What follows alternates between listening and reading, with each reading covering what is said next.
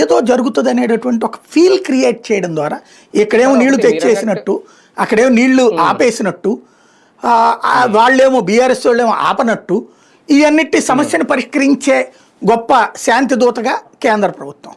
వాళ్ళు ఎవరి ప్రయోజనాలు వాళ్ళు ఆశిస్తున్నారు.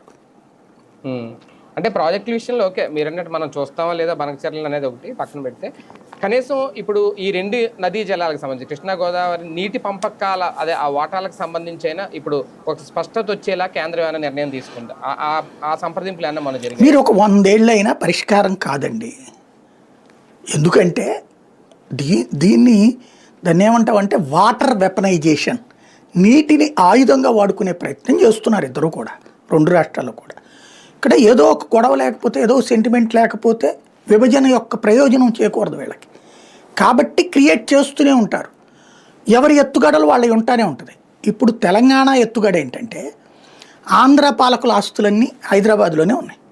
ఎంత లేదన్నా సరే ఇక్కడున్న పాలకుల్ని ఎక్కడ నొక్కాలో వాళ్ళకి తెలుసు, చేతిలో ఉంటుంది. కాబట్టి వీళ్ళు కూడా రాష్ట్ర ప్రయోజనాల మీద అపారమైనటువంటి కమిట్మెంట్ ఏమీ లేదు.